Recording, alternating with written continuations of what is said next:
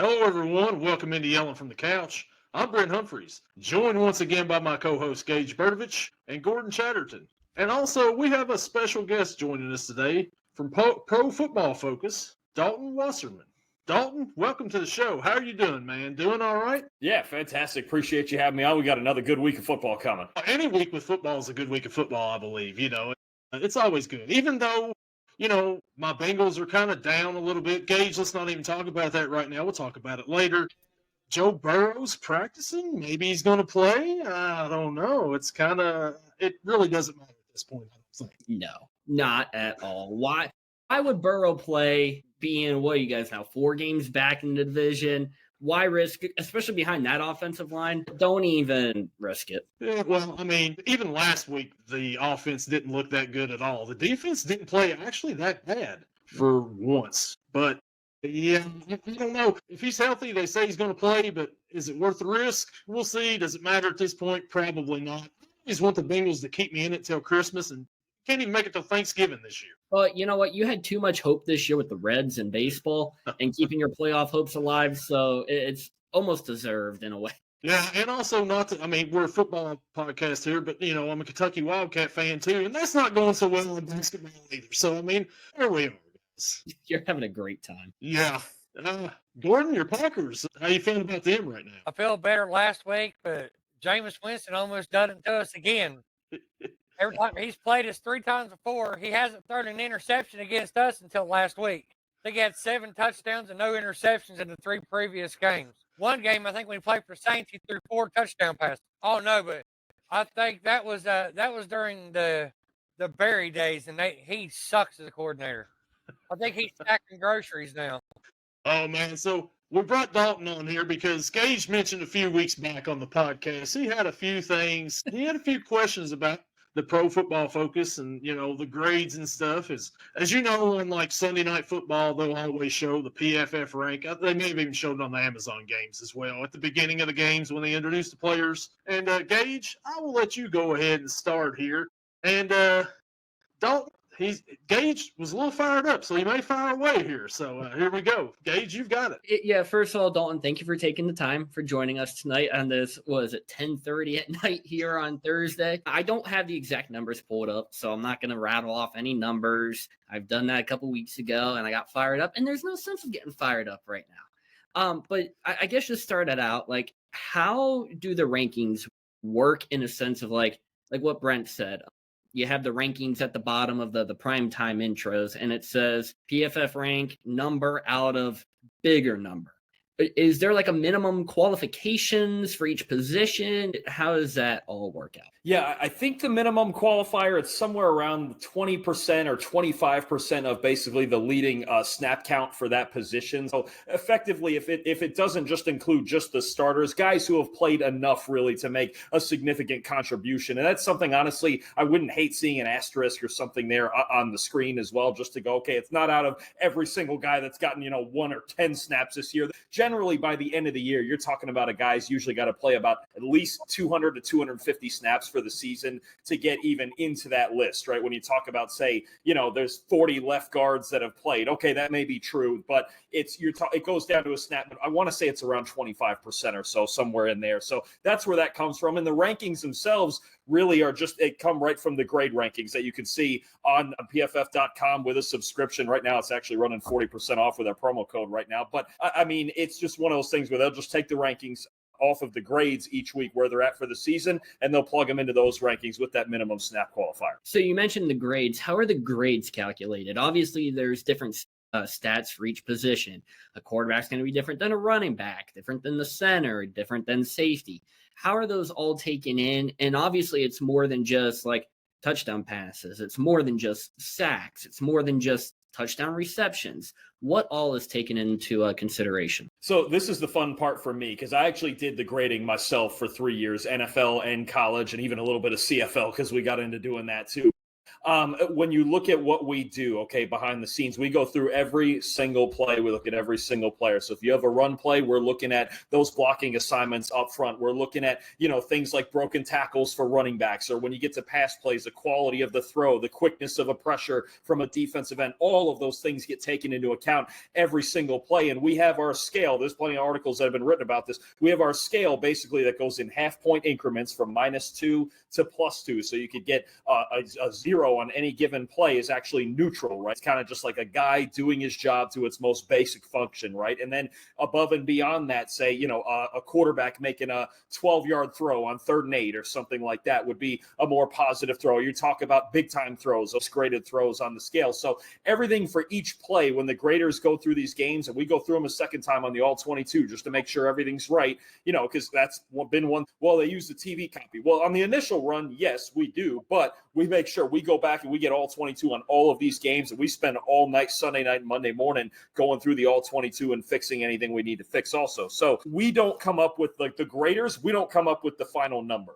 We have the input for each individual play. It goes into the system. We have our our behind the scenes, the data science team, and everybody puts together. They have the formula that goes into that and spits out the final number from everything we put in. But essentially, it's a representation, at least trying to standardize how much positive impact a player had over how much negative impact he had. So then what is like a negative impact? If you have, we'll just use Jamar Chase because we have a Bengals fan up here. If he goes 5 catches, 135 yards, and 2 touchdowns, obviously that's going to get you a really good grade. But what is something besides spitting on another player that can get you that could get you like a negative play? Would it just be like a fumble? Or is it something like not chasing down a defender after they intercept the ball? Is it like that specific, or is it just, fumble or something like that can go in the stat?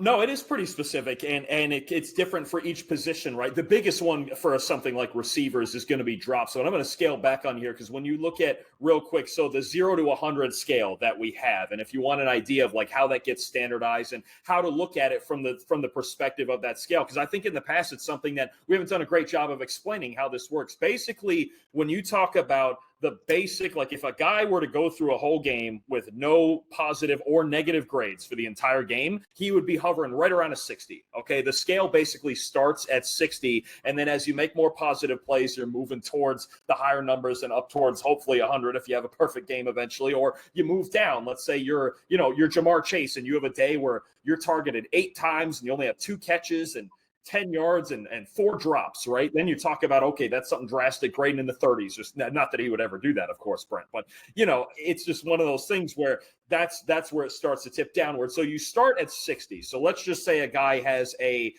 you have a grade just above, say in the mid to high 60s, you had a decent game, right? And what you have to break the habit of is it's not the grade school scale. It's not back in the day where a 60 was, hey, you're almost failing this class. You're almost not going to graduate. It's kind of the baseline there. So you get into the 70s and you're like a solid starter. In the 80s, you talk about for a season like Pro Bowl type guys are in the high 70s and 80s. And then the 90s up in there is like your Myles Garrett's and Jamar Chases and guys like that who are the elite players in football, right? So you have to think of it kind of like that. And then every single position, different variants of like, okay, this is what a guy did right. Or we have for quarterbacks, we have our turnover worthy plays that get downgraded really heavily, right? Guy who should have thrown an interception drop, we'll still count that against you, right? So there's a ton of different things for every position. That part about the scale and understanding what that looks like, that's something I've been trying to get out. And just, excuse me, circling back to like 2 questions ago, you mentioned all these people that work behind the scenes at PFF to get the grades out. Obviously, you probably don't have the exact number off the top of your head, but if you have to give an estimate, how many people would you say look into the plays, look into the players to be like, yes, this person, we all agree, gets a 71.2 or whatever the case may be? So that part that spits out the final number at this point, I mean, we have some data science people that have put together those formulas and things like that, but that part is pretty automated once we get to the very end of it. The manual part and the thing that just all of the graders and stuff are working on is the individual play-by-play basis of each game. To be honest with you, it's one of those things where it's like once that gets input, then the system and all of our stuff, all of our systems do what they do to bring out that final number, right? So there's a lot of times where, I think a lot of people think that, like one of the graders will go in and we'll watch the whole game and we'll just decide like I would do a game and just decide give this guy a 74. That's not how it works. It's again, it's all inputs and everything we input as far as positive grades and negative plays. And then, certain little things do matter, right? If it's, somebody has a 150-yard game, he's going to have a hard time with his grade downgrading like that. He's very, very rare that you're going to see a guy grading a 50 with a stat line like that or something. But there are times when what we try to do with the film is get those hidden plays in there, right? So we've had this with Patrick Mahomes a lot this year where it's like, well, was it the Raiders game that caused so much controversy? It was like, yeah, he made some good throws, but he also had like 3 interceptions, like clear-cut interceptions that were dropped, right? So we try to find those things. And then again, as far as the final number goes, there's not one singular person that puts that out there. That's the output from everything that we put in on a play-by-play basis. And then one last question from me off the top of the head, then I'll turn it over to Brent and Gordon. There's a lot of backlash on social media when it comes to PFF and fans of certain teams seeing grades for their players. Overall, the main thing that counts for a team is the wins, obviously, but you want to see your players be graded high as well by the professionals PFF. So when it comes to like a certain team, this player has this many sacks, but they were rated whatever. Like I said, don't have numbers off the top of my head, so I can't really give prime examples. And then there's another team, I'll say the name, Myles Garrett, who a lot of people, they get almost gotchas, as I've seen the term used a lot, and it's pretty funny to me. And he gets a really high grade. But you look at the stat sheet and it's like, all right, he had 2 tackles and that's it. But is it because he has a really high pressure rate? Is it because he has a high double team or a chip rate compared to other players? What's the reasoning, I guess you could say, with that? That's the fun part. I know the Steelers fan in you. I know the debate you're getting into, because this is maybe our most famous one. This is the fun one, the Garrett versus Watt thing. And the stance that I take on the debate itself is, look, they're both going to the Hall of Fame, no question. Mm-hmm. I mean, so and which, believe me, we got nothing against either of them. And the first thing as a grader you're taught is that, hey, if you have any bias in this thing, you're out of here. So that part, I promise you, is not an issue. But no, there's a lot more that goes into it when you talk about the grading, because pressures can come at any point of the play, right? If a quarterback like Jalen Hurts is holding the ball for 8 seconds, right, you could get a pressure, but it could be 7 seconds into it, and you're talking about, okay, that doesn't get as highly graded. When you talk about a high pass rush grade, yeah, it's high pass rush win rate. That is a part. Pressure rate can play a part into that. Total pressures is something we look at, maybe even a little more so than sacks. And I'm not saying sacks aren't important, but if you have only 1 pressure the entire game and it's a sack, that's cool, but more consistent impact matters too. And something else we look at with the pass rush grading is how quickly did you win, right? If Myles Garrett's beating this right tackle in a second and a half, he gets a higher grade than if it took him 3 to 4 seconds, or if it's because the quarterback is holding the football too long, right? So there's a lot of that nuance that goes into it, especially when we look at it the second time on the All-22. So, again, it's understanding the grade scale and what is actually good or bad, but there's more nuance that goes into it just than, the box score. How many tackles did he have? Or how many sacks did he have that day? So a lot of times it will. Like the other day, Myles Garrett has 4 sacks. You can bet he graded a 90 because he was whooping the Ravens all night. He was. But there's other times when guys they have 6 pressures, but you got to dig in and see why. And that's why the tape watch is so fun, because you get that nuance to it. And I think that's something a lot of people don't realize. Like, you could just Google Myles Garrett stats, and the first thing that comes up, you see tackles for loss, and sacks, maybe interceptions on it as well. And people just take that and are like, all right, well, he didn't do nearly as good as Max Crosby, Trey Hendrickson, Micah Parsons, TJ Watt, because, he had no sacks. Well, these guys had 1.5 sacks, or whatever the case may be. And people don't realize that there's these more in-depth metrics that go into it. Like you mentioned, pressure rate, time to the quarterback, and everything else. Yeah, no, absolutely. I think a big one with Garrett was actually more so because, like, this game against the Ravens where he just had 4 sacks, yeah, you could watch that. I could watch that without even grading it myself and be like, yeah, that guy's grading like a 90-something. He's the best player on the field. But there was a game earlier this year against your Steelers, actually, when the Steelers beat the Browns, and Garrett came out of that game with a high 80s or maybe a 90 grade, but it was like, what's the deal? He had like 2 pressures and maybe, I don't know, a couple of tackles, whatever it was. And they were like, how did Myles Garrett grade so high? And part of it is, look, Aaron Rodgers gets rid of the ball quickly, or the Steelers, I should say, smartly. When you watch their game plan, everything was about, hey, stay away from Myles Garrett because he's whooping Broderick Jones or he's whooping Troy Fautanu, whichever side that he's on, he's winning those battles. So in the grading, when we make the individual grades, it may be away from the ball, but we're still grading those things. And if Garrett is blowing by, Broderick Jones in 1.2 seconds and Rodgers just gets rid of the ball before he can get there and get the pressure, we still give Garrett basically the same positive grade on that, right? So it's just one of those things where the counting stats, is it going to correlate? Sure, but there are going to be times where guys are dominant. I think this happens more in run defense, say with a great defensive tackle. I think about, Una Ford or somebody like that for the Rams, right? Where it's like, man, he was really highly graded. He had a 90 grade and all of this, but he had like one tackle. Like, how is he that good? Because he was causing disruption, right? That's a big thing with defensive line. So there's more nuance that goes into it. We don't just look at, how many tackles did this guy have? That's his grade. That's not how it works for us. I do want to throw it back real quick. I'm pretty sure anybody can whoop Broderick Jones out there on the field, but that's beside the point. I'll turn it over. Brent, Gordon, if you guys have any questions, feel free. Jump on in here. So I'm surprised, Gage, it took you that long to get around to your last question that actually brought up this whole conversation to begin with, and that was the Myles Garrett grade compared to a certain player that you didn't want to mention, but we all know who you were talking about.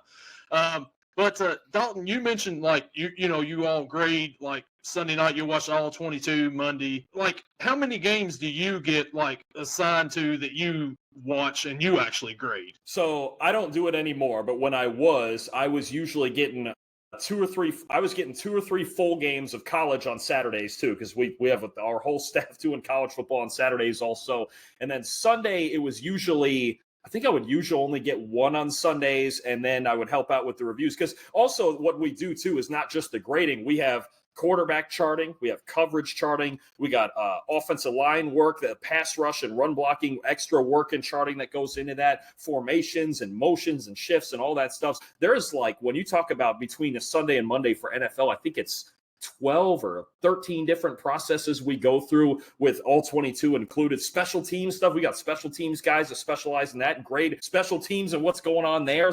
It's a lot that goes into it, but generally, and I got to help out later as I was doing that before I moved over to content on like the passing side. Really, I got to start reviewing and getting a high level stuff of quarterbacks and receivers and coverage and things like that. That was kind of my specialty. But yeah, I would say it would be like 2 or 3 college games, one, maybe even some Sundays, 2 NFL games, depending on the slate, and then helping out all the way through right up until like Monday at noon. That's when everything gets finalized there, just with a bunch of different processes on that. And I was just looking at some of the PFF grades here, and I've got a question about one of them. Kenneth Walker is the number 1 running back right now on PFF, right? I thought he was. I think I looked at this earlier. He might be second, or is he second behind Jonathan Taylor? I know he's high up there, and that's. I certainly know how to explain that, and that's part of the debate of Seattle getting the man more touches for sure, and for my fantasy team. Yeah, overall he's number 1 right now. Yeah, because I was like, okay, I didn't see Jonathan Taylor up there close to the top, and I'm like, how is that? Because you watch the two and you're like, okay, Jonathan Taylor, definitely. I mean, I think he's an MVP candidate, but he's not number 1 in his position on PFF. Yeah, so the overall grading, so when you talk about that for running backs too, this is the fun part. So the rushing grade, Jonathan Taylor is number 1 pretty easily, right? But Walker, when you talk about like the efficiency when he gets the football, the tackles that he does break and the explosive runs he makes happen with actually more limited work than Taylor, really good as a rusher, second in rushing grade there, and adds a little bit more as a receiver. So when you look at all of the things that go in for running backs, when you look at the overall grade, it's the rushing and the receiving and the pass protection too, those reps that they're getting. So that kind of gets combined all into one. Taylor is the best rusher by actually a pretty good margin here. But the other thing I'll say with the grade scale, and this is something that's become controversial too, is that, so you see, like I have here that Kenneth Walker's at an 86 and Jonathan Taylor's at an 84.6. Like a 1 to 1.5 point difference, to be honest, is really negligible. Like when you look at, I'll take the top 5 backs here: Walker, Jahmyr Gibbs, Jonathan Taylor, James Cook, Bijan Robinson. That's pretty close to, other than maybe Walker, depending on what you feel. I would like to see him get more volume there in Seattle. That's basically the best backs in the league, right? And I think when you're looking at this, if one guy, Jonathan Taylor and James Cook, Taylor's got 84.6, Cook has 84.3. That's basically the same thing. If you get into a difference of like If Walker was way up there and Taylor had like a 74, then I'd go, all right, something's up there, right? Something might be a little, but when it's within like a couple of points, especially for the season long, that's only maybe 3 or 4 plays that could make a difference in that. It's pretty negligible. I think to look at it in tiers more than anything might be a better way to look at it as opposed to, oh, we think Walker is better than Taylor. We don't. I don't think, trust me, I don't think Kenneth Walker is better than Jonathan. And that's not what it's supposed to portray. The grades are just a reflection of the tape. And sometimes with smaller samples like Walker has, that can get tilted a little bit more if he's playing really well within that small sample. And does like the grades like on say like Kenneth Walker has a better grade than Jonathan Taylor, of course, but does that like the positions around him, does that factor into his grade as well? It's an attempt to really individualize it. But also when looking at it, that's the thing is, so if you just look at a guy's grade, like Kenneth Walker, if you just look at his overall grade and go, he's the best running back in football, there it is. No, you're doing it wrong. That's not how that works, right? And it's accounting for what he has to work with almost has to be kind of inferred. And you have to go into, okay, the Seahawks offensive line grades and the Colts offensive line grades and how much yards after contact does he have to make, or how many tackles does he have to break and things like that. There's so many different things. Like to think that you can define a player into just one number like that. Yeah, that's not how that works. I'll sit here and tell you that's not what the grades are for, you know? And again, the difference between an 84 and an 86 is it's just about nothing, honestly. I think it's just one of those things where then you go, okay, why does Jonathan Taylor, why is he the best? Because then you scroll over. Taylor's got a better rushing grade. All right. Walker does, he's been a little more efficient as a receiver, or maybe he has less drops as a receiver. That all goes into it too. So it's never just like one number you can look at and go, this guy's better than this one, at least not when it's that small. If it's a bigger difference, just a name I'm looking at here. Tyler Algier, let's say he's like a 73. Okay, that big of a difference, I can go, okay, those two guys are better than Tyler Algier. But that's small. We could sit here and have those debates for sure. Yeah, you mentioned that you got Kenneth Walker as your fantasy back. Me and Gage actually have Zach Charbonnet, so we're hoping that he might not get as many touches as Walker. Well, but the funny part is I have Charbonnet also on the bench, figuring, okay, this is like the best handcuff in football. But then he steals all the touchdowns, and every week I start Walker, and I get irritated that Charbonnet is on the bench with more points he's scoring.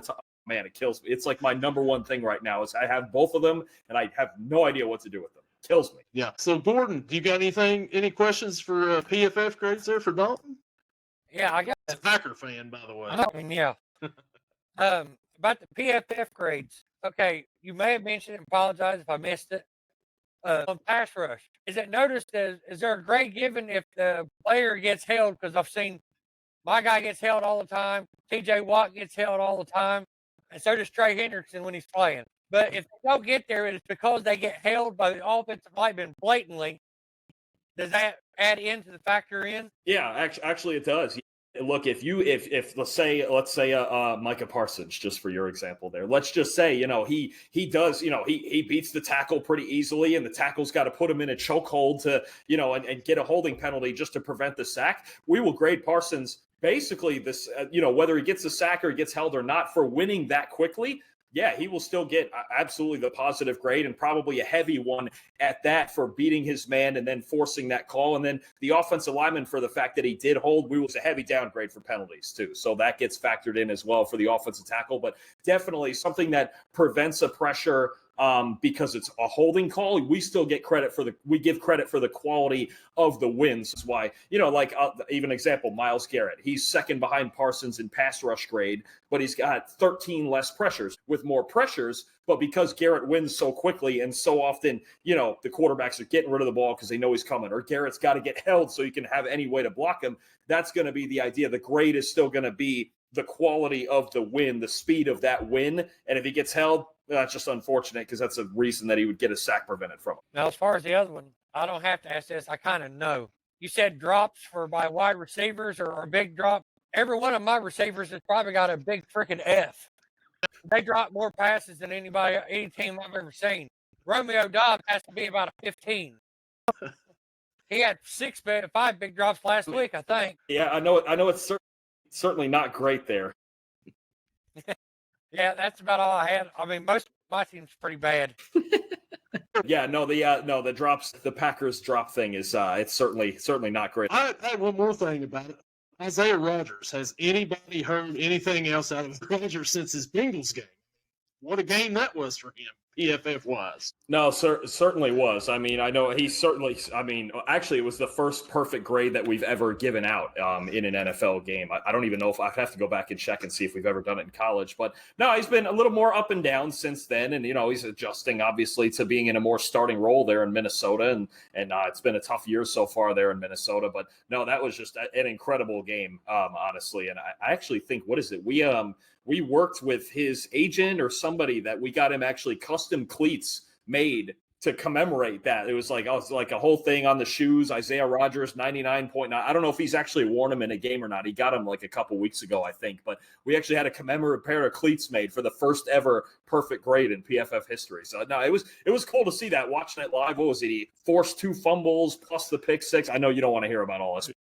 That's not cool to see for me. It's one of those ones. There's certain guys though that have certain days where you just, even Garrett the other day with the 4 sacks, and it's like, even I don't do it anymore myself, but I'm like, man, that's going to come out with a sick grade. I know it is. It's going to come out. I didn't think it would be perfect. I didn't think it was possible. Honestly, 20 years into this, it was the first one it's ever been. It was just incredible. Yeah, he had a day for sure. And I'm sure you watch these games a little bit different than how we do, because you're like, well, this guy is going to get a good grade here. I don't know, that grade may be a little bit less than what it would be. I'd say you watch it a little bit from a different lens than what we do. Say. Yeah, I mean, and here and there I do that, but to be honest with you, like I used to coach high school ball. I was a coach for between like youth football and high school for like 8 years. So I still at the core of it all, despite, I think that's the one thing sometimes that people debating analytics can lose, or even our grades can lose, because that's all individual grades and we have team grades too. But it's like, hey, this game is still about winning and losing, right? I still love the part when I turn a game on. I want to know, what the offensive coordinator is trying to do. I want to know where the safeties are lined up. I want to know why we're in this front, right? I still watch the game like I'm a coach watching tape back in the day, right? That sort of thing. And that's how I'm going to approach it. Now, if there's a guy dominating, yeah, I'm going to have an idea in my head, because I did that for 4 years too. But it's one of those things where like I'm still trying to figure out, okay, what is going to work against this defense, or why is the offensive line not picking these things up? That's still the scope of it, because at the end of the day, it is about winning and losing, right? And I think that's the one thing we can't lose sight of is, our grades and everything, they're going to correlate. And a lot of times they're going to correlate really strongly. If your team over a season-long stretch grades really well, they're probably going to be pretty good. And if they lose a bunch of games, well, you're going to get into random factors like turnovers and things like that, or situational football, close games, right? Look at the Chiefs with all their close games they won last year and the close games they're losing this year, right? Those can all make a difference. But I really still watch a game like I want to see in sequence how this team is winning this football game. Yeah, and right now Texans are winning 26-13 or 23-16. Josh Allen's been sacked 6 times tonight, so I'm sure that Houston defense is going to probably grade out pretty well. Boy, those 2 defensive ends, I look to my right here. I see Danielle Hunter again. I'm like, man, oh man, it's just those 2 guys are unreal. It's if they can just score enough and block enough on offense to get this going, this defense is unbelievable. And I don't know, but they look better with Davis Mills than they did with C.J. Stroud so far. He's been good. I think the big thing is they've really gotten a hold of, okay, this offensive line is in a better rhythm. I'll tell you, if they go 3-0 with Davis Mills as their starter and saves their season, I mean, credit to him. That guy's darn near the MVP of at least the offensive side of the team right now. But obviously there's no controversy there. Stroud is your guy. But I like the way they're blocking a little bit better lately. And again, this defense, man, it is. They're man. Woody Marks is running pretty good out there too. They're looking better with him out there. We'll see how it goes. But, Gage, you got anything else for Dalton, PFF-wise, or Gordon? I just a funny comment. It's not really a real question. But if you ever figure out what Arthur Smith is trying to do at offensive coordinator, please let me know, because I'm still trying to figure it out like 2 years into it here. The only thing I'll say to that, it is very hard. There's a lot of teams like this. The Texans they've been one of them. They've been better lately, but it's very hard when you can't block people, especially off the edges. I mean, it's the offense more so than Rodgers and the age and all of that. I'll tell you, heading into the season, I was screaming this: offensive tackles, offensive tackles, offensive tackles. And I think at the end of the day, what Smith wants to do is run all the outside zone stuff, run all the stretch like the Shanahans and the McVays of the world do, and he wants to get off tackle. When you don't have the tackles that allow you to do that, it just, the play calling gets harder, and they're trying to work around it, but they still need help on that offensive line. That's the biggest hindrance to any offensive play caller, is if their offensive line isn't up to snuff. And I think a big part has to do with, like, you got Jaylen Warren. He's a good running back. He's great after contact, but he's not a Christian McCaffrey. He's not a Derrick Henry, what Arthur Smith had down in Tennessee. He's not that giant guy that's just going to run you over. He's kind of more your outside, get him to speed. But at the same point, let's get some people in here that can block, man. It's hard. It's difficult, and I hate it. And to your point, look, that Tennessee team, Henry was obviously great, might be in the Hall of Fame. That Tennessee team had a great offensive line, Taylor Lewan, Jack Conklin, those guys. That Atlanta team, Chris Lindstrom and those guys, terrific offensive line. It's a hell of a lot easier to coach on the flip side when you got an offensive line like that, right? We've seen that in Detroit. We've seen it with Philly, some other places, right? It gets a lot easier when you know those guys can block and you have a premier back like that. No, I like Warren a lot. I like what Kenneth Gainwell has given you in a couple of these. The Minnesota game, he was awesome, but week in and week out, they've got to block better in order to open things up for those guys. Yeah, it's one of those things, like, I don't know how many rushing yards they average per game, but I know, like, last week when Kenneth Gainwell took over, I think he got 24 yards on the ground, and that's it. All in the second half. I think Warren had one touch, which was not good to look at, but to have 2 receiving touchdowns against a certain team, it's like, all right, hey, I guess it kind of makes up for it. Yeah, oh, for sure. And that gets factored in when we evaluate these backs. I mean, that's always the fun part. It's like, some guys are just great receivers, and that's fine. And you got to find a way to use those guys. Andy Reid's been the best at that with, God, how many running backs has he had over the years, right? And some of, like Jerick McKinnon, it felt like he never got a carry. He was basically a receiver, right? And then one last question. When it comes to Darnell Washington, do you guys grade him based on lying about his weight? Because he's listed at like 265. He just said on the St. Brown podcast the other day he's 311. So that's the Bengals defense about Darnell Washington trying to tackle him. Geno. It's just I don't even know what to say with him at a certain point, because even at 270 or whatever, it was impressive enough, right? And he's coming out of Georgia, and you're like, man, this guy's kind of a freak. Like Loki, like I was in the boat of, after a while, I was like, man, should this guy be your left tackle? Like, is that really what I mean? Look at the athleticism, right? The size. He's still only 20. Like, I was in the mindset before maybe last week, and what he did to the Bengals was just, I don't even know what to say about that. It's at 310 pounds. Yeah, that's fair. But I was really in the boat. I was like, man, if this thing doesn't work at tight end, I might try him at left tackle. I might just do it. And I think, honestly, big and strong as he is, I think he could do it. I think, wasn't that the original run for Lane Johnson? Didn't he go to Oklahoma as a tight end? And then he switched him to tackle. And maybe he's Lane Johnson. I don't know. You could use one of those too. If he's going to get after it, running after the catch like that, I get it. Leave him out there in space. I wouldn't. If I was a corner, if I was whoever, was it DJ Turner or whoever, I wouldn't want to tackle him either. No way. It took like tackle him. They were making business decisions out there, and I could see why. That's one, oftentimes defensive guys get criticized for that. That's one I might agree with. I'll be honest. I might agree with that one. When it's a back that's 220, that's kind of your job to tackle him. But I mean, that's a freight train. What are you supposed to do with that? With your corner? I'm not hitting that thing either. No way. A couple weeks ago when Geno Stone just lays a shoulder into, or was it Jordan Battle just lays a shoulder into Colston Loveland, I was like, okay, you can wrap up. I understand when you don't against Washington. That's a totally different animal. If you're wrapping up, you're hoping it's just an ankle, maybe. And even then, we're going to drag you along for a couple extra. Boy, oh boy. No, that is a freak of nature. I mean, and you love to watch it in the NFL because it's like we can't even relate to it. Certain guys, Myles Garrett, Darnell Washington, certain even receivers out there, Jamar Chase. I mean, some of these guys are freaks of nature, man. It's crazy. And you have to wonder, like, how what are they feeding them? Because, like, there's no way that they should just be like this. And he keeps getting underutilized in Pittsburgh. I mean, they don't throw to him enough. No, I get it. I mean, they've been but you got to be able to block, and and obviously he can help with that. But also, if he's sitting and helping in pass protection, then you don't get that part. So I mean, it's tough, and the lack of depth at receiver too. I mean, it's DK Metcalf, and I mean, is Darnell Washington your number 2 receiver? Is that where we're at now too? I mean, just line him up out wide and let it rip. I mean, I get it. These are the things that make running an offense really, really hard. And it feels like Darnell is kind of the number 2. You've seen several times where they just line them up like at the top, and it's like, all right, we're throwing this to you. Everyone else out here is a decoy. Rodgers is taking it, throwing a fade, and making you make a play. Yep.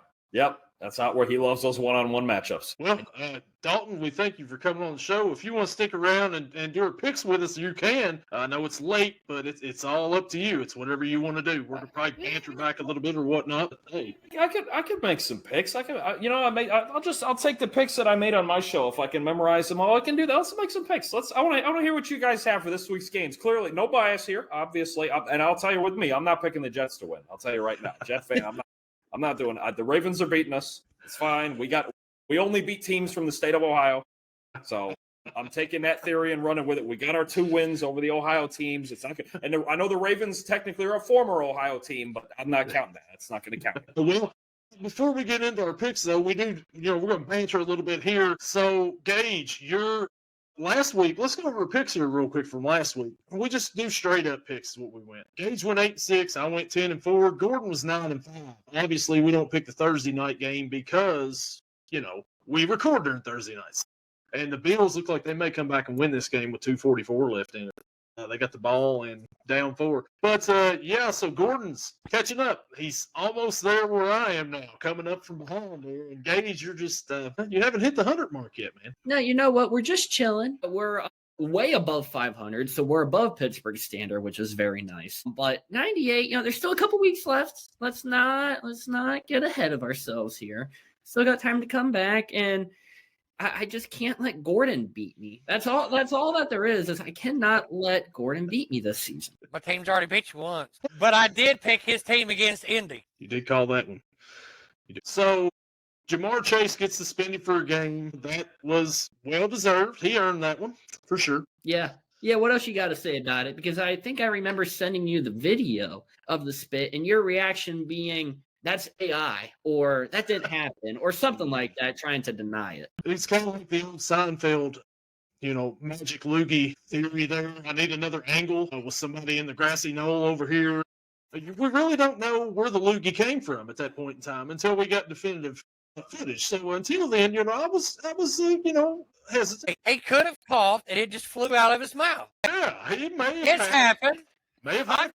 I've done it. Comes out, But I'm not too sure that, I understand coughing and talking and it just comes out, right? But not something that looks like you went and spit on someone, because that's how big the loogie was. Evidently, he didn't spit on nobody. I think that's what was said after the game. Evidently, you need to go back and watch some of the old WWE videos when Sergeant Slaughter talked. Everything come out of his mouth looked like big loogies. They didn't call him Sergeant Slobber for anything back then. But so I mean, he's we don't need to talk anymore about that game. It's over with. It's done. Packers played last week as well. The Gordon, they got a win there. Yeah, they got a win. Yeah, they got a win.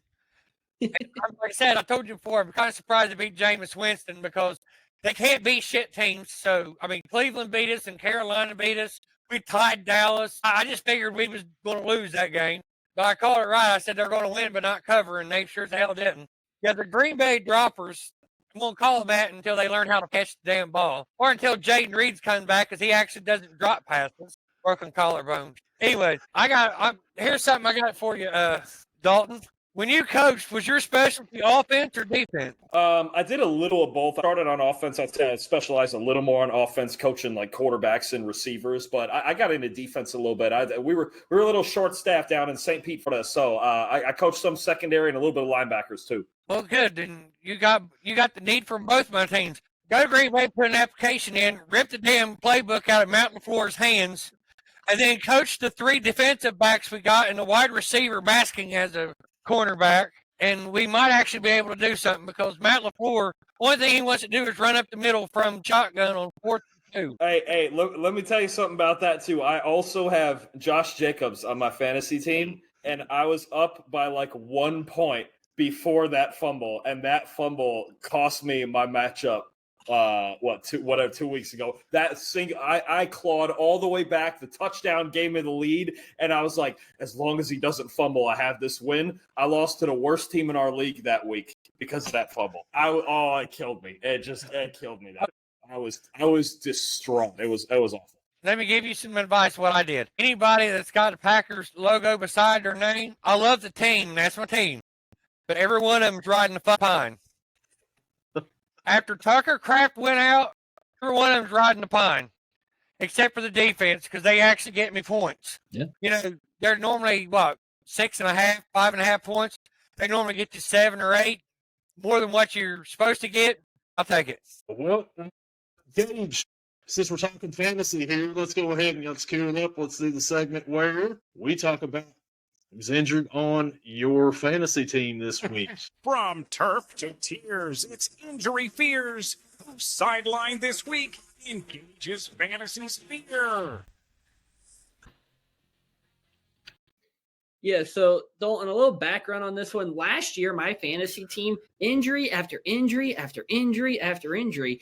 And it's mainly because I kept going to the Niners well and kept going after the running backs. I think I had every single running back on that team at one point last year, and it was awful. This year, we're kind of turning it around a little bit, have a little bit of good luck. Looking at it right now, we did take the win last week. It was very close. Very close. And I think I mentioned on this show that the guy I was going against was without like 3 players. He had C.J. Stroud starting, James Conner starting, and one other guy that was hurt. And I still only won by like 15. That came a lot from Kamani Vidal just having his bad game. Like I said he would. I said he was going to have a bad game, and I was still like, let's start him because why not? When it comes to the injury list, we got the only one this week, Lamar Jackson. He was questionable yesterday with an ankle injury. However, just showing up that full participant this week. So sorry, Dalton, but he's going to be starting this week against the Jets.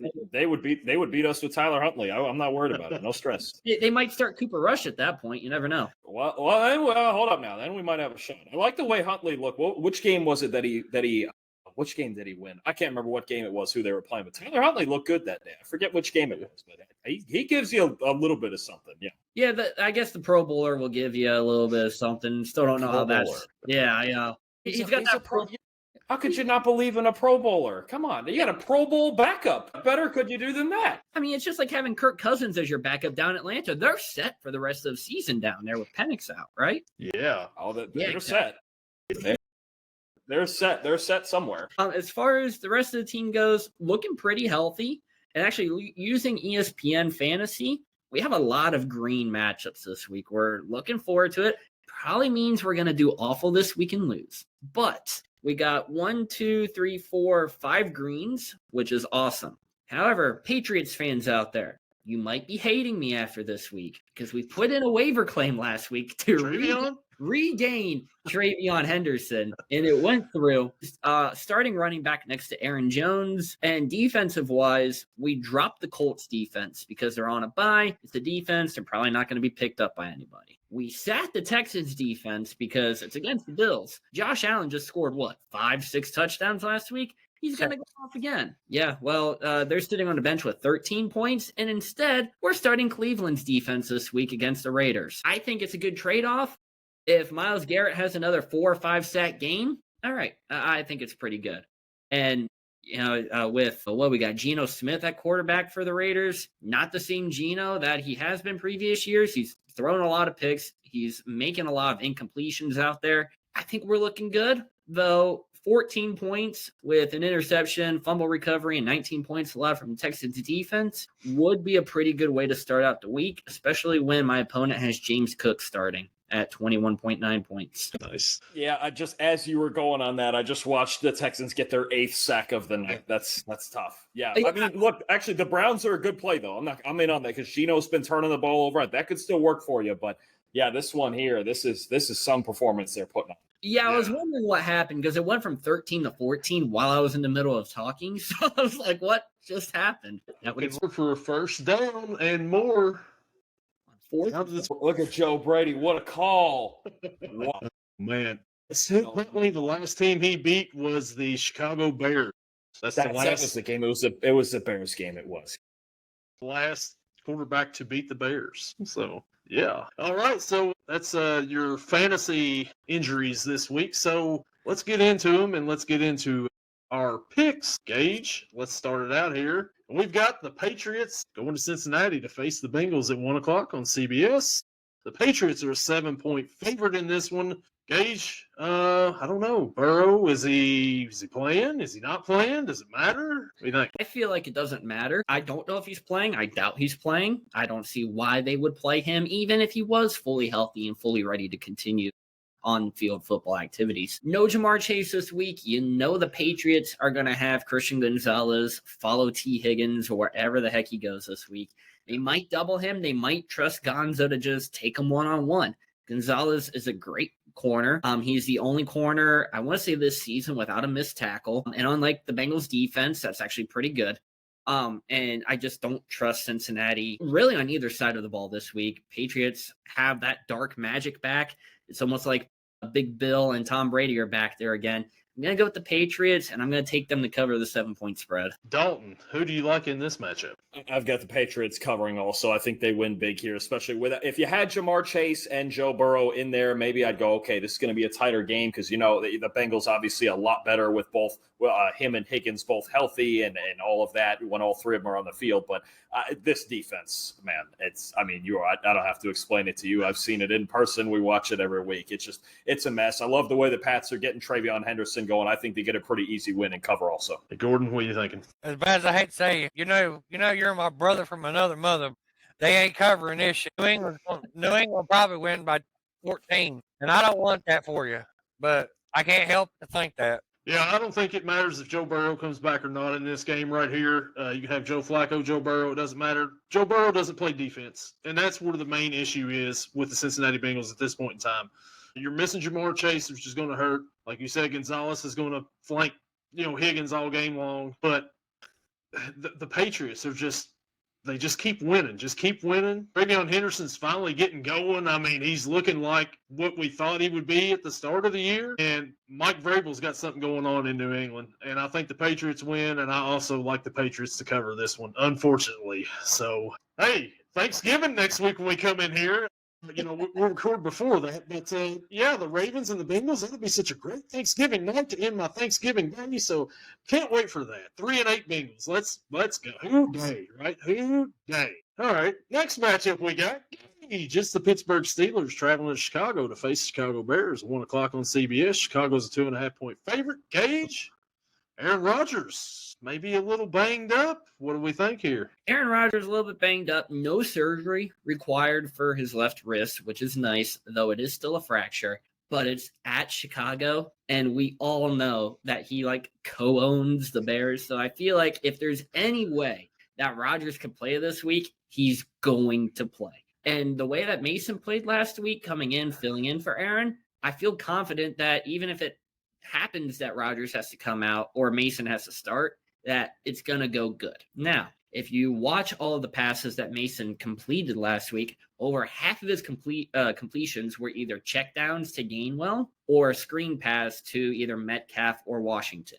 He had a couple throws downfield. One was short to DK. One was called pass interference on DK, and one was thrown a little bit behind Jonnu Smith, who luckily just batted it away and did not let Cincinnati have a chance at picking it. I'm going to do what I've been doing the past couple weeks. I think Pittsburgh will win. However, I'm going to do a little bit of switch this way I can get a win somewhere, either in real life or on the podcast. I'm going to go with Chicago. Going to go with the favorites. It's at home. Someone tells me Roma Dunze is going to go off, even with the way that the Steelers' defense has looked. Kyle Duggar finally getting one last week. He should have had 2 pick sixes if we're really looking at it. But I'm going to go with the Bears, unfortunately. Sorry about it, Gordon, but the Bears are going to continue on their little reign of terror they got going on. And, Chicago, and they cover. The Texans just got a pick on 4th down, but there's a flag on the field, and I think it's on the Texans. So the Bills are still alive with 18 seconds. It's a pass interference. Wow. The game is over. Wow. What a win, man. What a win. Unbelievable. What a defense. What a win. That was unreal. That's even more points, Gage. That's real tough to have Texans D on your bench right there. That is a tough night. man. Anyway, Steelers Bears. I think we got a good game here. I think there is a little bit of that Aaron Rodgers versus the Bears factor and all of that. That spread is, I think, about right to me. I have the Bears by 3 points in this game. And the bigger thing, more so than the two quarterbacks, and Caleb's going to have to be able to deal with some pressure here. It's going to be a really fun battle with the Bears O-line and then TJ Watt and the Steelers D-line. But I think the Bears' ability, this newfound ability to run the football and their ability, I think, to get lateral with these outside zone schemes. The Steelers' run defense, I think, when I watch them, it struggles to get lateral. They struggle to defend those east and west runs. I think that's right where Ben Johnson wants to go. I have the Bears by 3 points here. Hey, Gordon. To be honest with you, just for a sense of pride, I know I picked him, but I told you fourth. I was like, gave you like a puke emoji. Hated it. I cannot pick the bum suckers this week. I got the Steelers win. I will not pick the bum suckers. Aaron Rodgers has got to go collect his rent from his tenants. He's got to go pick it up. Remember, I told you. He said it to him. Your whole lot. You're damn right. Hey, I'll tell you, I lived in Chicago 5 years, and that works the same way the other way. If you get a diehard Bears fan picking a Packer game, they're going to be like, no way, can't do it. They're going 0-17. It's the same way in Chicago the other way, man. Oh, no, I've actually picked him. I picked him, and I picked the Lions and the Vikings. Just this week, no. Because Daddy's coming home. He's picking up his rent, and he's going to go home.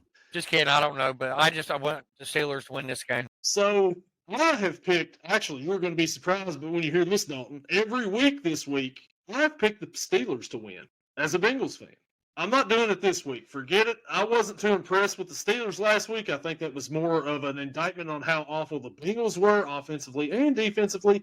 The Bears are looking pretty good now. Got a 4-game winning streak. They're at home. I know Rodgers owns them. Their whole life he's owned them. I know this. But he's got a bad wrist. The guy doesn't even have 2 healthy wrists at this point in time. If you've ever had a fractured wrist, it's hard to do things with. Even if you're, it's your offhand. Give me the Bears in this one. I think the Bears cover. I'm with you, Dalton. I think 3 points is right about where it's at. Well, I think it's going to be a really good game. And he only needs one hand to spank him. That's true. That's our next matchup. We'll stay in the NFC North here, and we've got the New York Giants traveling to Detroit to face the Lions at 1 o'clock on Fox. Detroit's a 10-point favorite. Dalton, who you like in this one? To me, actually, I think Lions games are some of the easiest to analyze nowadays. If you think they can run the football, you pick them to win and probably handily. And if you think they're not going to run the football well, then you pick them to lose. The Giants' run defense has been awful. That 10-point spread there, I think they're actually covering that. I know it's a big spread in an NFL game. I've actually got the Lions by 20+ in this game. I think you get certain games, a couple of games every year in Detroit that the defense comes in, a team comes in, and they just look overmatched. I think you're getting that here. I think the Lions are going to look really good. Hey, Gordon? I agree. Whenever you pick the Lions, especially when they're at home on that fast track, Jahmyr Gibbs, there ain't nobody catching him. David Montgomery's been kind of a bust this year, been kind of like a down, but he's that good. He's good if you need a yard, he'll get you a yard. If you need 2 yards, he'll get you a yard. But Jahmyr Gibbs, if you need a yard, he'll get you 80. You can take your bet, move the Lions to minus 19.5 and probably still cover and win. Gage, what do you think? So I had to look up on who was starting quarterback this week for the Giants. 5 hours ago, Jackson Dart not cleared for contact. So I'm going to roll with Jameis Winston. Got to share this funny headline 11 hours ago from Market Watch. New York Giants quarterback Jameis Winston says he regrets letting his friends and family spend $400,000 a month of his money. I would regret that too. I don't care who you are. I don't know why you're a month. What are you spending that on? Like, come on. Jameis, come on. Yeah. I don't let other people spend $400 of my money. I'd be mad about that. I'm hard pressed whenever someone says, "Hey, can I borrow $40?" So it's like, hey, 400,000. I'm not too sure about that one. I'm rolling with Jameis Winston as the starting quarterback this week, but I don't think it's going to matter. I picked the Giants last week to win. They almost did it. They almost pulled the upset, but they can't do it this week. The Lions are just too good. Give me Detroit, and I think they cover the 10 points as well. I think Jameis is going to come out here if he does start this week. He's going to have some fun this week. He's going to actually throw a couple of touchdowns. Now he's going to throw some picks too, but he's going to throw some touchdowns on this defense. But the Lions, like you said, they're at home. If they can run the ball, they're going to win. They're going to run the ball. Gibbs is even catching passes out of the backfield, extension of that running game. That's what Detroit wants to do. Last week, they just couldn't get it going. The Eagles, what an awful Monday night game that was, too, right? I mean, any Eagles game lately has been horrible. We'll talk about them after a while. But I like the Lions to win this game as well. I think the Lions cover, and this may be the last we see of Jameis this year, unfortunately. We're Jameis fans on here just for the entertainment factor. He's certainly entertaining. He's number one in the league in entertainment. You never know what you're getting from throw to throw, and that's the fun of it. Yeah, absolutely. Just sling it. We go to an NFC North matchup for the next one, and that would be the Minnesota Vikings traveling to Green Bay to face the Green Bay Packers. 1 o'clock on Fox. Green Bay is a 6-point favorite at home. Gordon, what do you think about your team here in this spot? Oh, my Lord. You know who I'm taking. Taking Green Bay. If we can't beat the Vikings and J.J. McDonough, oh, my God. This would be worse than losing to Mr. 30 for 30 if we'd have lost that game. I would almost say I told you a while back, the Browns ones I could see. We was going against Myles Garrett, our right guard and right tackle. We had called someone for practice squad for right guard. And our third string right tackle, which is a backup right guard, was our right tackle. You line up against Myles Garrett, you had less than 2 seconds to get rid of the ball. Our offense ain't that good. But our defense should be able to contain J.J. McCarthy from that team up north. You know why he's having trouble winning and making passes, right? It's hard to know what the defense is doing without someone telling you ahead of time. When there's no cheating, it's hard to be successful. Anyways, I'll never let that go. Anyways, I got the Packers winning. And should be pretty handily. Gage, what do you think? Yeah, I'm riding on the same boat here. We all know it. I was pro J.J. McCarthy here for the longest time. I thought the kid was going to be something. Now, he still could be. It's just, coming off the injury still, he's not looked great in any of his NFL time. And I don't think it's going to start this week. I'm going to go with the Packers, and I'm going to take the Packers to cover that 6 points. No. Agreed. I have the Packers by 8 points in this game. I think Micah Parsons makes a huge difference. And when you look at the way McCarthy's been throwing the ball, it's not great. Here's your PFF stat you can take home with you. Obviously, the Vikings, they blitz more than anybody, right? Brian Flores and all of that. Jordan Love so far this year is our highest graded passer against the blitz. That makes a big difference in this game. I've got the Packers covering as well. Yeah, I like the Packers in this one as well. It's Jordan Love has not looked that great this year. Josh Jacobs, the Packers started out looking pretty good, and then they've just kind of been at the last little bit. The Vikings, on the other hand, me and Gage, Gage was pro J.J. McCarthy, and I was like, I seen what J.J. McCarthy did in college. He was, the running game's what carried him.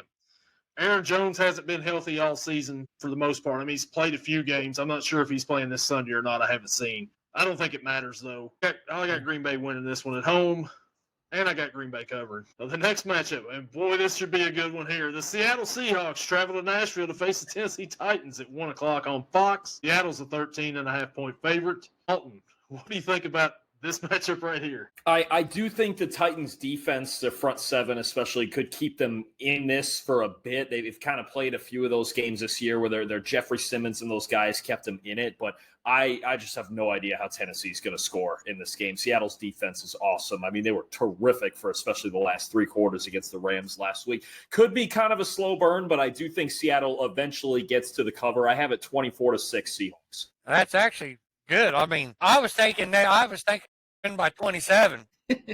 They could just go out there. The only thing is that the Titans front seven is okay. It's not like it could give the Seahawks O-line some problems early. So I'm like, maybe they kind of play the way they've played Houston both times, and it's like they'll get there eventually, but the first half might be kind of one of those tighter than you think kind of things. If they do like they did though a few weeks ago when they moved JSN all over, didn't leave him on one side, throw him from the slot, JSN will chew him up, and that's all there is to it. So that's what I think they're going to do because they really don't have much of a secondary. Tennessee doesn't.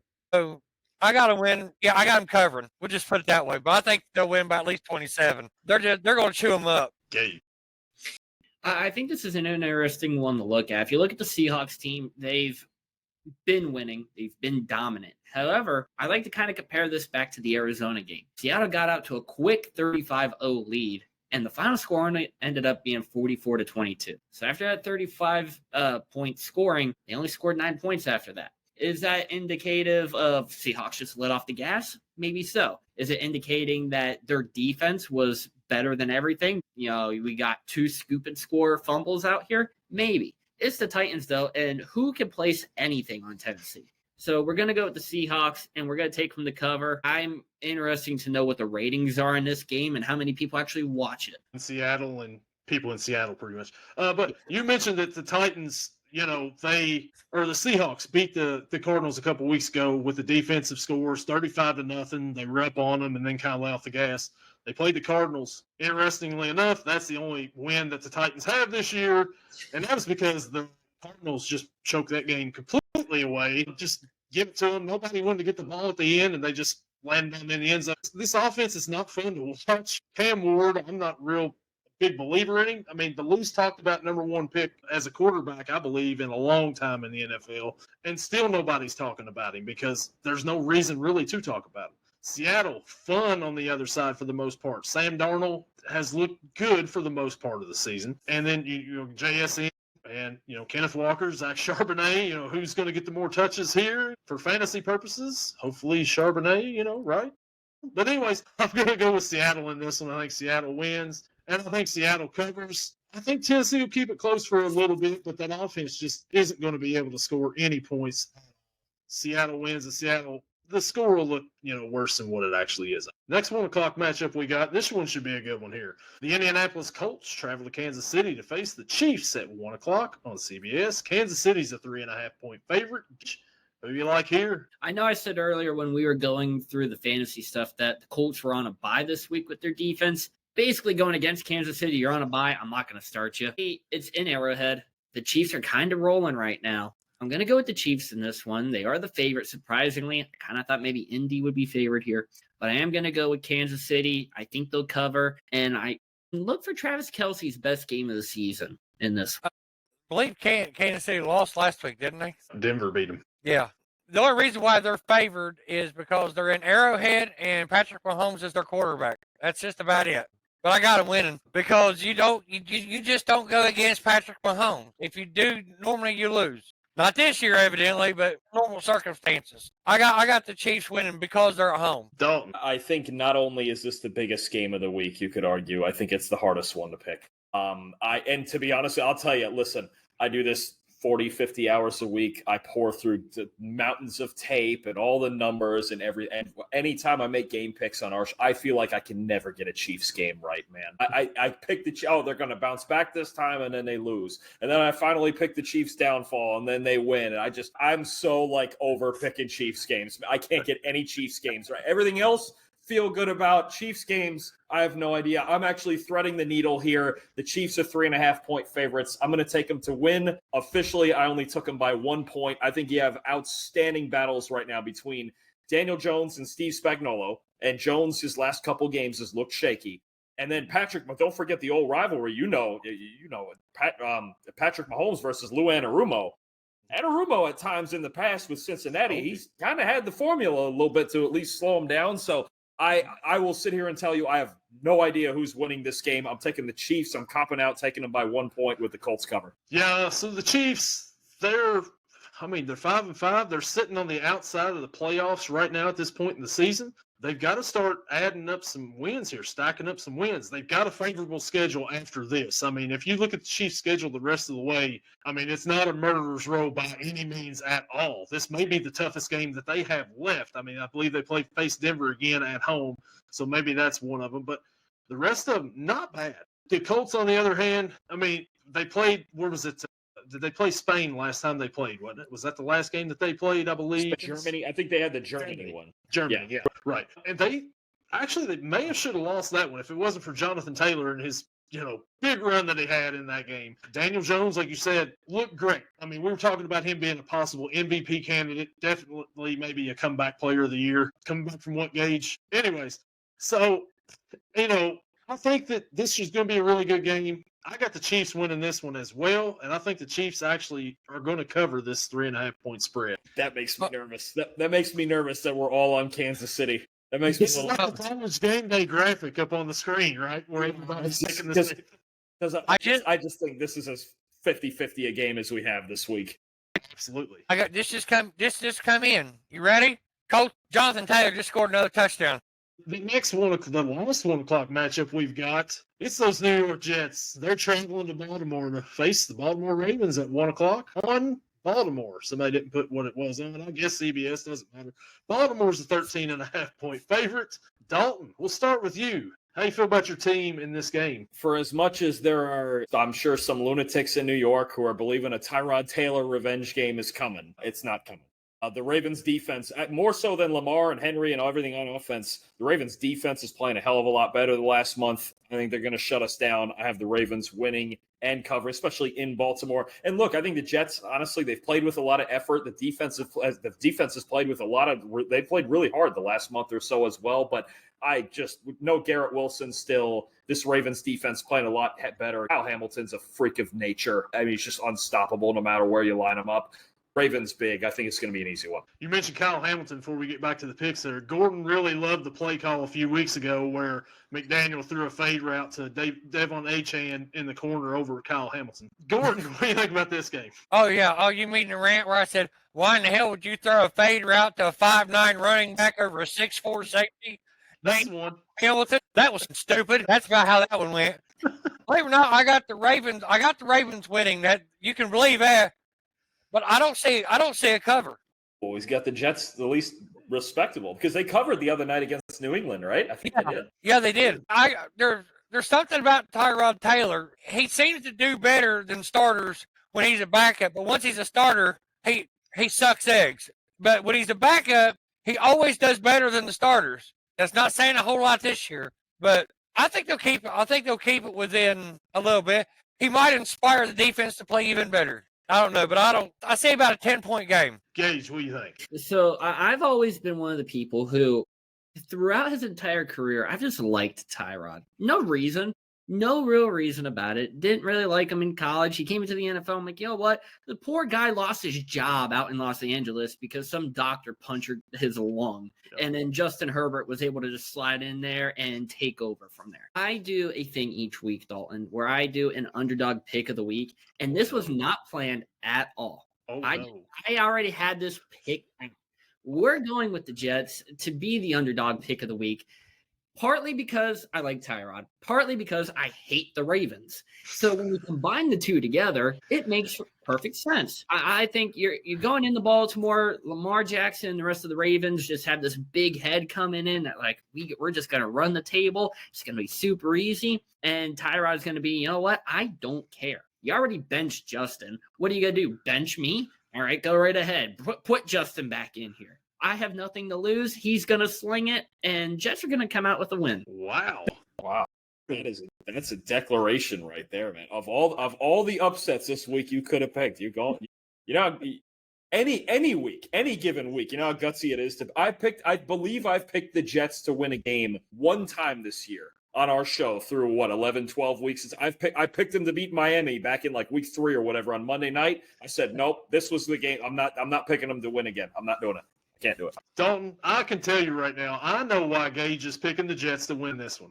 They beat the Bengals. They beat the Browns. If they could beat the Ravens, the only team in the AFC North they've lost to is the Pittsburgh Steelers. And that's your leg up. You're the one team that would have taken care of business. There's your leg up right there. See that? Common opponents. Yeah. I was just saying, I could say at the end of the season, if the Ravens do somehow come out and win the division, at least we didn't lose to the Jets. So Baltimore are on a roll right now. Lamar's back. He's playing really well. Derrick Henry still isn't the Derrick Henry of old so far this year. He hasn't really got it going a whole lot in certain games. The defense is playing a lot better for Baltimore, and that's the key to this whole thing for this winning streak and them coming back from 1-5, 2-5, something like that. And now they're 500 again or close to it. I've got Baltimore winning this one. Sorry, Dalton. Breece Hall, I think, is a really nice player. Maybe, he was maybe hoping to be on a different team. I don't know. He still had one of my favorite quotes about, shooting yourself in the foot. But anyways, I'm going to go with Baltimore on this one. I think Baltimore wins. Give me a Baltimore cover, too. I think it's a 2-touchdown game. So the next matchup we'll go to the 4 o'clock slate of games, and the Browns and the Raiders. Browns go to Vegas to face the Vegas Raiders at 4:05 on CBS. Vegas is a 4-point favorite. What do you think here? Game of the week, but with an A, not 2 E's. WAK week. We got the piss poor Browns and the shut the hell up Raiders. Okay. Oh my God. Is there any two? I mean, at least they're finally starting Shador Sanders when he's getting some practice. That poor dude last week, he didn't stand a snowball's chance in hell with the heater up. That was atrocious. Then again, the Raiders have been atrocious all years except for week one. Let me ask all this. How in the hell did the Raiders beat the Patriots week one? Turnovers. It was just one of those games where when you look back at it, you go, what in the world? Actually, I'll say the real reason, it was the one really good game Geno played all year. Yeah. And it was week one, and he was just fell off from there. I'd say because whatever it was, he gave away a tail because everyone figured out because he has sucked. But I got the Browns. I can't take the Raiders. I watched that game last week, and it put me to freaking sleep. I mean, I went to sleep 5 minutes into the game. I was out, bored. I got the Browns. At least when they do lose, they're entertaining. Gage, what do we think here? This game, although it may seem like a very horrible matchup, I think is going to be one of the most watched ones. You're going to have Shador Sanders out there. He's going to be getting first-team reps all this week with Dylan Gabriel out. He's going to be starting this game, and people are going to be watching. They're going to be watching for one of two reasons. They want to either go online and just talk trash about him after he plays really poorly, or you're going to have the Shador fans that go online after he plays a great game and it's like, see, we told you he should have been starting for Cleveland. We told you he should have been drafted first, second round. One of two things is going to happen. Either A, he's going to come out, win, we're going to be great, or number two, he's going to take 2 losses in a span of 7 days and also get his house robbed of $200,000. Either way, I'm not too sure. This game, it's a hard one to pick. We were talking about grades earlier, and I think the Vegas Raiders offensive line has to be one of the worst graded offensive lines, right up there with Cincinnati in the league. Because if you watch Ashton Genty, this guy dominated all last year in college, right? Granted, he didn't play the toughest of schools, but he was still out there performing like any star running back should. And then you look at him with this Raiders team, and it's like, okay, who's bad? Is it the line or is it Genty? And I'm putting all my money on the line. Even though it's an AFC North opponent, I'm going to go with Cleveland. I think Shador picks up his first win of his career, but I think it's a very ugly game. I don't know what the over-under is, but I would take the under in this. Dalton, what are you thinking? I agree on the under there. I've got the Browns also. I've been throughout this entire process, and I really love Shador at Colorado. I'm a big fan of his game. I really think he could be good if he can just kind of find the right situation and kind of just, be humble enough to just play his role in the offense, right? I do think there are times when he has shown that. And last week, look, the Ravens turned up the heat on him. They blitzed him a lot. The Raiders don't really blitz a lot. I don't think they're going to this week. So, look, this is a game. You mentioned it. I think you made the right call, Gage. 2 awful offensive lines here. Who's going to be able to block somebody? I think Quinshon Judkins is going to play a big part at this. At the end of the day, the spotlight will be on Shador, but it should be on the Browns defense. That's the best unit on this field. It'll be ugly, but I got the Browns winning too. The Browns made one mistake last week on defense, and that was 4th and inches. Mark Andrews comes up for the tush push and takes it down the field for a 35-yard touchdown and the game winner basically in that one. That was the Browns' only downfall. They had that game, wrapped up pretty good. I mean, they had a real good shot at winning, but just one mistake there.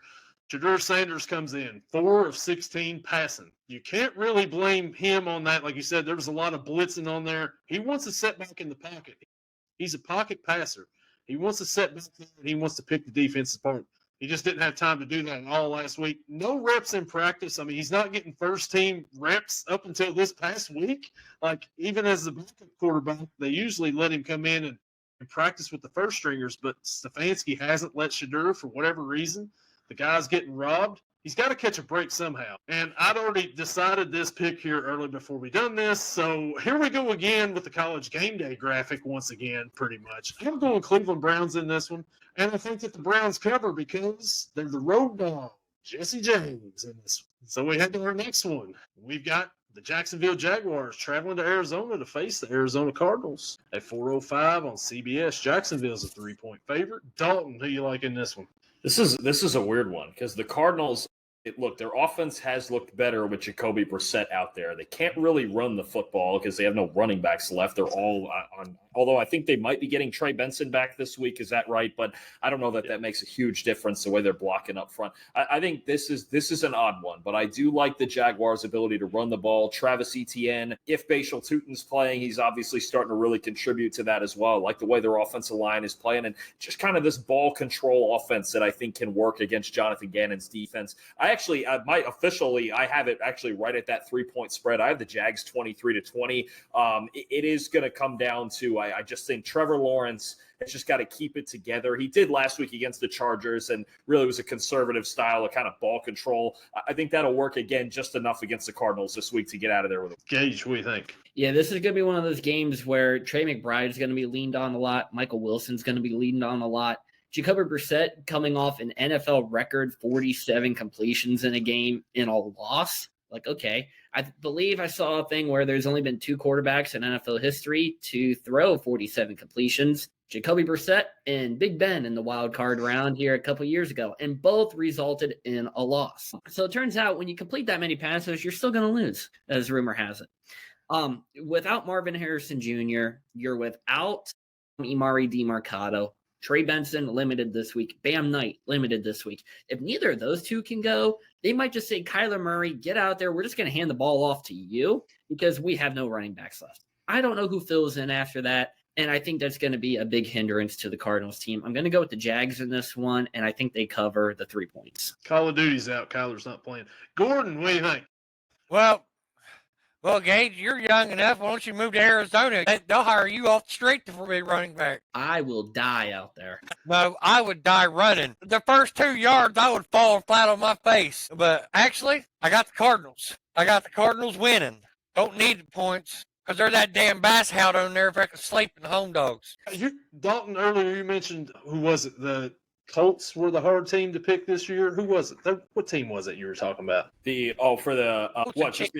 Colts Chiefs game. Yeah, I think this might be the next hardest one after that one. I would agree with that. This is a weird one. If it was in Jacksonville, I'd be like, yeah, shoe it in Jaguars. Mm-hmm. But the road factor and the way Brissett's playing makes it a little weird. And Jacksonville's kind of been up and down all year. Just when you think that they win, they don't, and then when you think that they lose, they come out and win. Like last week, I'm pretty sure we all picked the Chargers to beat Jacksonville. Yeah, I did because, too. Yeah, because of the way the week before where Jacksonville choked it away to the Texans at the end of that game, right? And then you think that the Chargers are looking really good, and the Chargers put up 6 points against them, and they score 35, and it's like, where was this team? You see the flashes of them every so often. The Cardinals look a lot better with Jacoby Brissett as quarterback than they have all year with Kyler Murray.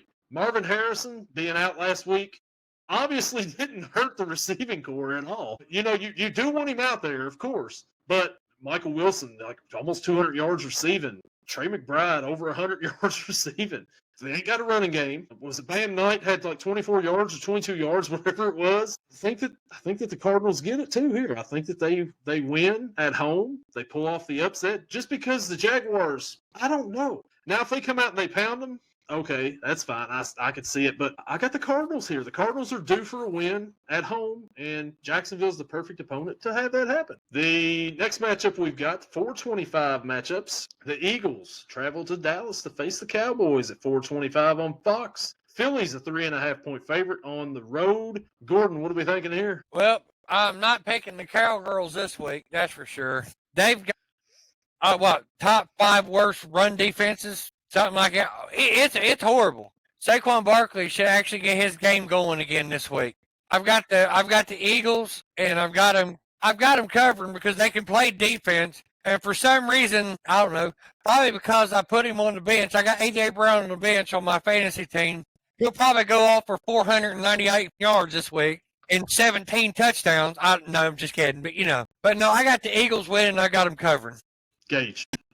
So I think this one's going to depend on if George Pickens and CeeDee Lamb break curfew again and are out gambling at some Dallas casino this time. It was very interesting to me. You break curfew, you break this rule. We're going to sit you for one drive. You really punished them out there, Dallas, didn't you? You really showed them who's boss.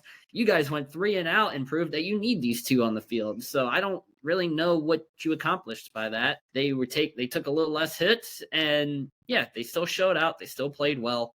I like the Cowboys offense. I don't like the Eagles offense. I like the Eagles defense. I don't like the Dallas defense. So it's kind of a toss up here. It's a divisional matchup. Just because it's in Dallas, I'm going to go with the Cowboys to win it. I think they're going to put up a lot of points, and I don't know if Philly can keep up with it. Give me Dallas in this one, and obviously they cover. I am going Dallas also. I don't like that Lane Johnson looks like he's going to be out for Philly at right tackle, and you make a great point there, Gordon, about the Cowboys' run defense and how bad it's been. And I know they're playing the Raiders, so this is the real test now, but Quinnen Williams is a difference maker in there on the inside, right? That's a big time guy you picked up. They got DeMarvion Overshown back at line. You're getting guys back in there that the front seven has looked, it's not great. I'm not going to tell you it's great, but it's looked better lately. And the Eagles have not run the ball nearly as well as they did last year. And without Lane Johnson out there, I think that task only gets harder. And Prescott looked really good against Philly week one. I think the Cowboys, without a couple of drops, the Cowboys should have beat them in Philly week one. I'm taking Dallas also straight up. Yeah, the big question I've got in this, and it does have to do with the week one game, can Jalen Carter keep his loogies to himself? And if he can, I think that could be a big difference maker for this game because Dallas put up 20 against Philly without Jalen Carter in the middle right there. And that Javonte Williams had a breakout game that week for Dallas. Jamar Chase was nice enough to send him a reminder.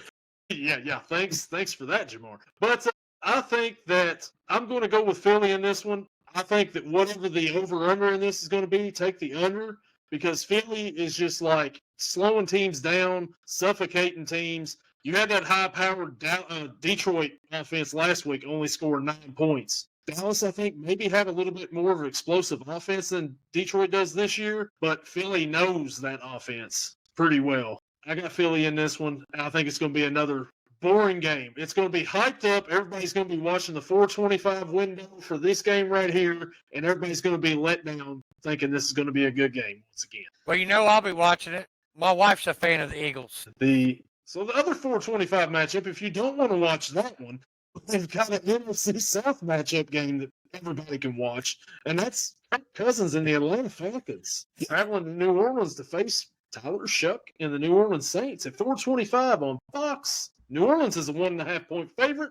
Dalton, what do you think here? Boy, that spread is indicative of two teams that anytime they play each other, man, things get weird. This is maybe the weirdest rivalry in football because it doesn't matter which stadium it's in or who's playing. You're gonna see something weird in this game. I don't know what it's gonna be. If it's gonna be 4 defensive touchdowns or somebody runs for 300 yards for no reason or what. Something weird. It's gonna look weird. But at the end of the day, when the small sample, really over the past year, I shouldn't say small sample, it's been a year and a half. When Kirk Cousins has been on the field the last year and a half, this Falcons offense just doesn't look good at all, passing or running, because you don't have to respect Cousins throwing it downfield. Teams can stack the box. I think DeMario Davis and this Saints defense really control things. As long as they slow down Bijan Robinson, I think they're going to be just fine. No Drake London. Michael Penix done for the season. I like the Saints at home in this game. I'm taking them. Gordon. I agree. I like the Saints at home because it's going to be Kirk, not my cousin, and I think Tyler O'Shucks is a better quarterback than Kirk's not my cousin. Been like Kirk Cousins in freaking college. Thought he blowed then and he blows now. But anywho, I got them because I think he's going to have I think it's going to be a good game. Bijan's all you got to worry about because Kirk Cousins cannot throw the ball. I think it's going to be a good game. I think concussion Olave is probably going to have a good game. There you go, Gage. I coined your phrase. I said your phrase for you. Thank you. Gage, what are you thinking? Yeah, I'm right there with it. You slow down Bijan, you don't respect Kirk because you don't have to. The over-under here is 39.5, and I'd be willing to take the under on that because I'm just not looking forward to this game at all. I might not watch a 425 game. I might go back to the 405 slate and just be like, let me find a game here because I don't like that at all. Penix out, Kirk in, Drake out. Number 1 receiver is Darnell Mooney. Kyle Pitts out there as well, looking to have a good game because, it's 2025 and people still expect him to have a good game for some reason. We're going to go with the Shuck Master, Tyler Shuck. And give me the Saints in this one, and they cover as well. All shut. Oh, man. So here we go again. We're at the point where we could all have the same graphic once again. I'm just going to go Falcons just to be different on this one. I don't really like any one of these teams. I don't think either one of them is very good at all. Maybe Kirk Cousins has one more magical game and he gets them to 10 points and it's like a 10-6 game. I don't know. Tyler Shuck actually didn't look too bad the last time. Threw for almost 300 yards in a game where they beat the Panthers, and that was like, wait a minute, the Panthers are at home. They don't lose at home. The Saints done it. I think that the Falcons come in here, and like I said, just because everybody else picked the Saints, I'm cool with the Falcons because neither one of these teams are very good. Nobody's one of these 4 NFC South teams playing each other, and there's always weird stuff with them. Tampa Bay's the only one where some weird things don't happen when they play these teams, seems like. So we go to Sunday night now. Speaking of Tampa Bay, we got the Tampa Bay Buccaneers traveling to L.A. to face the L.A. Rams at 8:20 on NBC. The Rams are a 7-point favorite. Gage, what are we thinking here? Yeah, I'm liking the Rams in this one. You got potential MVP of the season at quarterback and Matt Stafford. 2,500 yards, 27 touchdowns, only 2 interceptions. Aaron Williams in the running game, he's not as explosive as he has been the past couple years, but still 158 carries, 750 yards, 6 touchdowns. You still got Puka, Devontae Adams, and the Bucs. I think they're just overwhelmed with injuries. I like them. I think they're a good team. Baker Mayfield going back to LA to kind of a revenge game, question mark. There was that time, it may not be in everyone's mind, but there's that time for the Rams, had like 48 hours to prepare for a game and won. 7-point spread, it's a lot for 2 good teams, but I'm going to take LA to cover. I might feel that this tells me never to count him out. Because for some reason, if you do, he'll find K. Dotton 27 times for 687,000 yards and 2 touchdowns. For some reason, I don't know. Just been up since 4 o'clock. I'm getting kind of slap happy with these things. But he'll end up getting like 15 catches or something like that. He'll throw to K. I got the Rams winning, but I don't have them covered. I think it's going to be about between a 2 to 3 point game. Dutch, what do you think? I could see Baker fighting his way into that. I just think right now the way the Rams are playing, the way the Bucs are playing, I think the Rams are a lot better. I think you could argue the Rams are the best team in football, and like Gage mentioned there, for me, right in this minute, Stafford would be my MVP. He's just been outstanding. He looks of younger quarterbacks and a lot of the things they haven't seen in the league yet, but it feels like any time they have to go against more veteran quarterbacks that can see it and can really read the field pre-snap or does at a masterful level. Yeah, the Buccaneers been decimated by injuries for most part of the season. Still without Mike Evans, Chris Godwin. You got Buka, who's kind of pulled off a little bit the last few weeks. Sean Tucker, though, has really come on lately. I mean, who's seen Sean Tucker being the lead running back, overtaking Rachaad White? Tampa Bay's fun to watch still. Baker is the fun quarterback to watch. I don't think he's got a whole lot for the Rams. I mean, just 2 picks all season long. You got Puka out there who just catches, as long as he's healthy, you see him, he's 9 catches, 10 catches, just about every week. A lot of yards. Devontae Adams playing really well. Kind of resurgence for him out there in LA. I like the Rams to win this one. I think Tampa Bay will keep it close, but I think the Rams will probably win by about a touchdown. I think that point spread is just about right in this.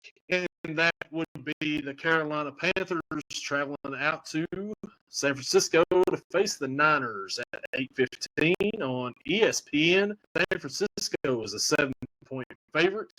Gordon, who do you like here? Well, this isn't in Carolina. This is in San Francisco. I don't know what to call them now because I was calling them the 44ers because they had so many people. They got Christian McCaffrey, my fantasy running back. Yeah, I got the 49ers winning, and I got them covering. Like I said, Panthers ain't at home. They're on the West Coast. Dalton, what do you think? This is a hard one. I really, really want to believe in the Panthers. There's been so many moments this year where I'm like, I just want to believe you're taking this. And really, I mean, they have, right? They've won more games this year already than they won all last year, right? So they're definitely better. They're better on defense. And every week now, it feels like which Bryce are we getting? Which one is it? I can't do it. If they were in Carolina, I probably would. The thing that sticks out to me is I think McCaffrey, like you mentioned, I think, first of all, Christian McCaffrey revenge game. Don't forget now, right? And this Panther run defense, it's better, but this Niner run game with McCaffrey and Shanahan is a problem. And I don't think they have any answer for today. Got the Niners actually by exactly 7. I feel pretty good that this is going to be a one-score game. If Bryce Young comes out and plays more like he did last week against Atlanta, they can go out there and win this game.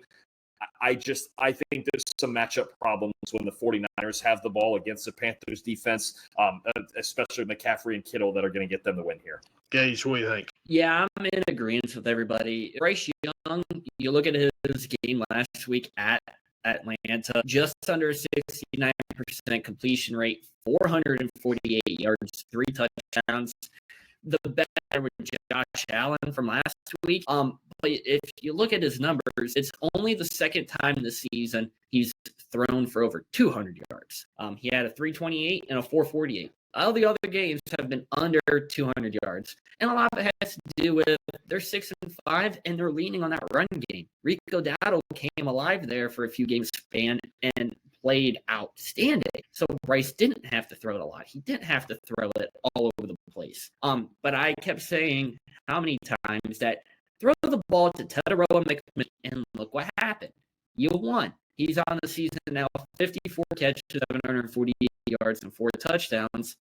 But you look on the other side of the ball, Brock Purdy came back last week, 73% completion rate, only 200 yards, but 3 touchdowns, didn't really have to do a whole lot. And I think that's the way that Shanahan and the 49ers are going to go about this game. Throw the ball over to Juwan Jennings, throw it over the top to George Kittle, and let Christian McCaffrey do his thing. So we're going to rock with the 49ers in this one. 7-point spread, it is a lot. I think they can cover it, maybe 8 or 9 points. So San Francisco, they owned a bunch of second, third string guys back there, especially since Fred Warner went out. His replacement went out, which Bethune also. Yeah, Also out. That's a bad position to be missing somebody from defense right there. Your first string and your second string, the captain of your defense base. I think that could be the difference maker in this game right here. A fun fact I've got for this one right here: the Panthers are 6-5 this season. They are 0-5 when they lose the coin toss. Get back to me after Monday night at 8:15, and I'll tell you what my pick is for game.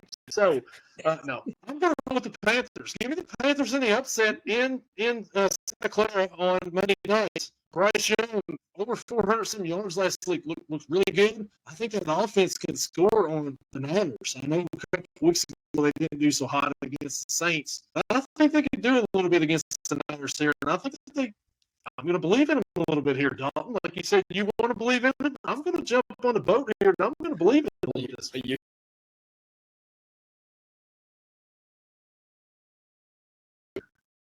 All right, thanks. No. That's it. You wake up the next morning, you're like, hey, coin toss tells it all. That's it. So, and then the teams we've got this week, you got the Broncos, the Dolphins, the Chargers, and the Commanders. 12 picks. Anybody else have anything else to add to this into this podcast here? Yeah, the Panthers' resurgent last week was because Michael Penix went out, and when he went out, that's when they started coming back because Kirk Cousins can't do a damn thing. He can't throw a ball past his tennis shoes. Little Tim Tebow could throw the ball better than Kirk Cousins can. Tim Tebow references. I had stated the reason why. I'm an Ohio State guy. Well, then you're feeling pretty good. Fun fact: I was down in Tampa. I was at Kirk Cousins' last college game, the Outback Bowl against Aaron Murray in Georgia. I think it went to like 3 overtimes. It was back when I was living in Tampa, and they had the Outback Bowl. I don't know what they call it now. They still have it. It's called something else. It was Michigan State, Georgia, an absolute classic. So we want to thank you for joining the podcast. It was fun getting us a little bit of insight on we learned a little bit here, right? Yeah, you know what? I think fans are still good today. Wins are all that matters in our eyes. Absolutely. And I think, you know what, I think the fun part of it is, look, we got a ton of information. We got the grades and all that stuff. And I think the fun part is we don't have to agree on everything. We don't have, if you get two parties that agree on every single thing, they're doing it wrong. We don't have to agree on everything, but no, it's fun to get out here and just kind of explain what we do, right? And I'm trying to do that, especially as somebody who's done all that stuff myself behind the scenes. I did it for multiple seasons, so it's always fun to just come on and talk about it and have these kind of debates. That's what it's here for. Yeah, absolutely. We appreciate you taking your time to come on and join us on this show here, and we'll catch everybody in the next one.